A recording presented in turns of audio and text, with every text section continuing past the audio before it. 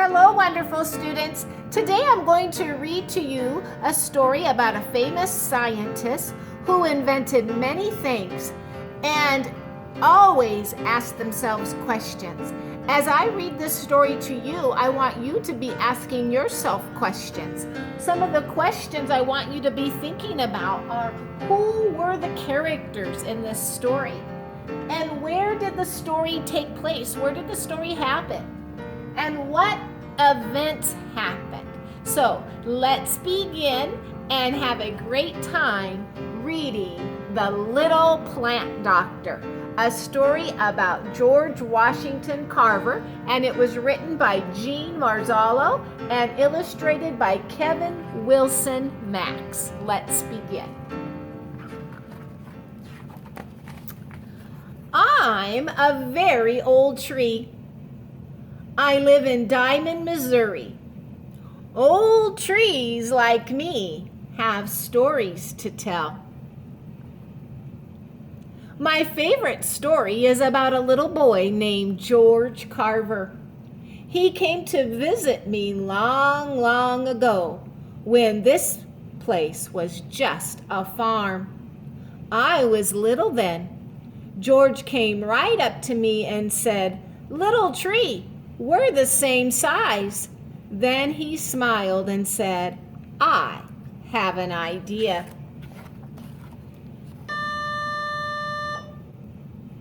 George dug holes around me. He set wild flowers into the holes and talked to the plants.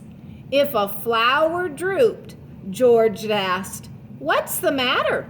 Too much sun? Too little sun?"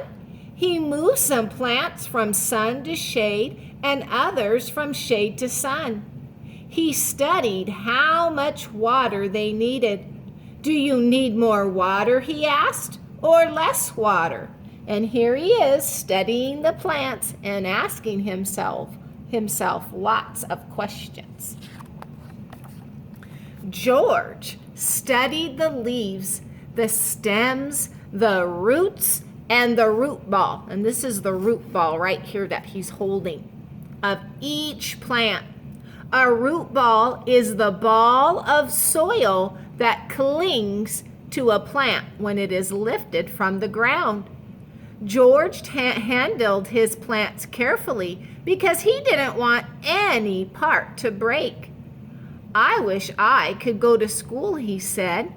"What am I going to do, little tree, if I can't go to school? There's so much I want to learn." George talked with Uncle Moses. Moses Carver and his wife, Sue, owned the farm where George and his brother lived, and they took care of the boys. "Little George," he said, "you were so sick when you were a baby. You will always be too small and weak for farm life. You love plants, but you can't work in the fields with your brother and me. What will you do when you grow up?" George said, "I really want to go to school." "I know you do," said Uncle Moses, "but it's the 1870s. The only school here is for white children. You can't go to school with them." So George stayed home, helping with housework and studying plants. He learned how to help sick plants get better.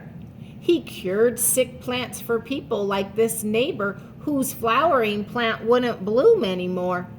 One day, George told me, "Little tree, guess what? People have started calling me the Little Plant Doctor." That's because he knows how to take care of plants. George told me that Aunt Sue taught him to read and write. She had a spelling book that George read over and over. He loved to read.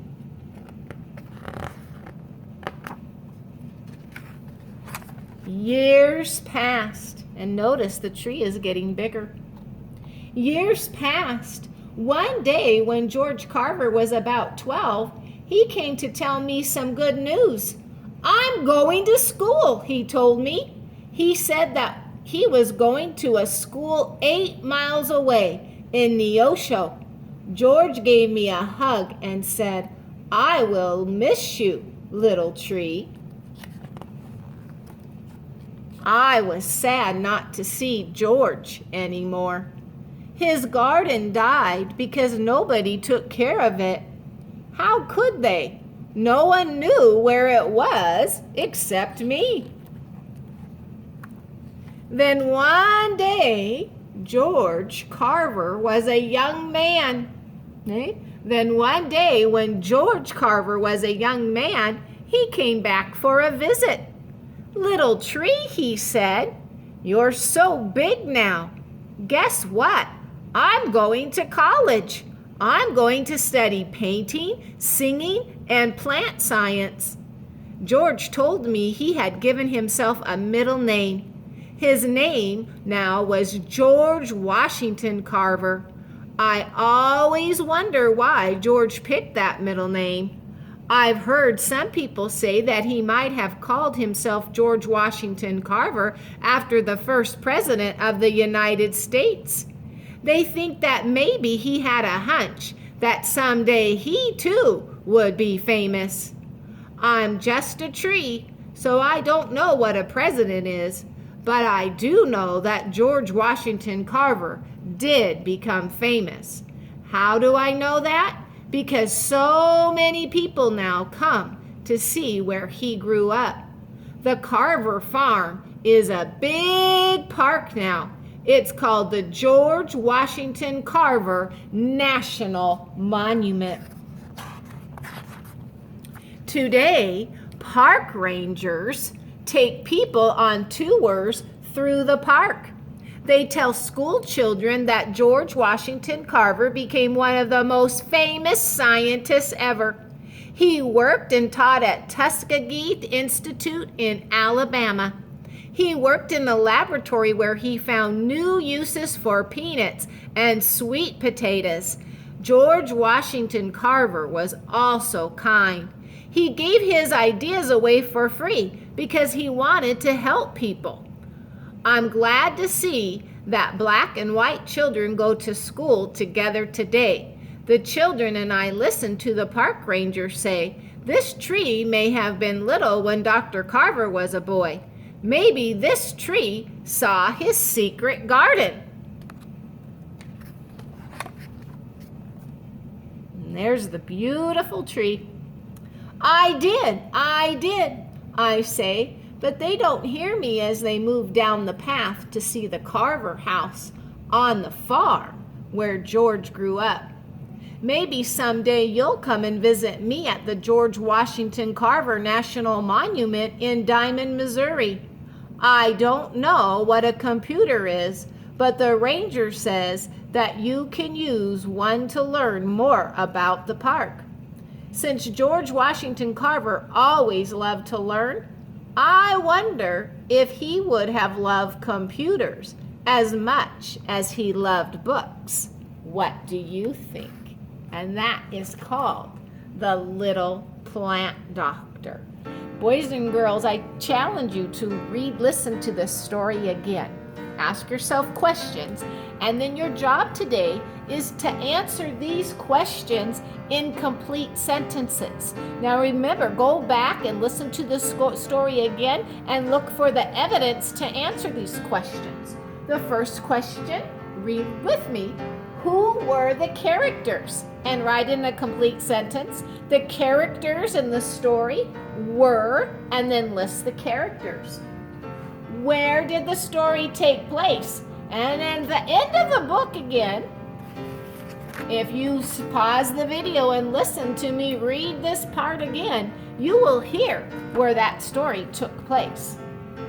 And what events happened? I want you to write at least 3 events that happened. One of my favorite events is when George Washington Carver went to college and became a scientist. So I want you to list at least 3, answer these 2 questions, and then list at least 3 events, and turn it in on Canvas for us to read. Have a wonderful day and keep growing your brain. Bye-bye, students.